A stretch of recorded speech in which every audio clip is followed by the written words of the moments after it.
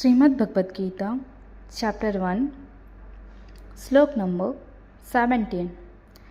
Kascha sa paramay vyasa Sikhandi cha maharata Dustadamo viratasya Sattakischa parajita.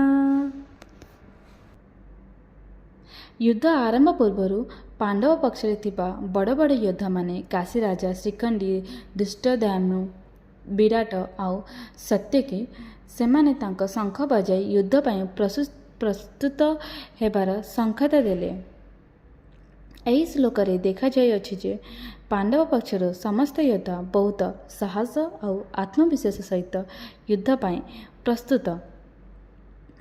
मुख्य भाव में यही श्लोक रे बता जाइए किपरि पांडव पक्षर योद्धा माने शंख बजाई युद्ध को आमंत्रण देउछन्ति आउ सेमाने आत्मविश्वास पूर्ण आउ न्याय पाई लड़िबा को प्रस्तुत अछन्ति।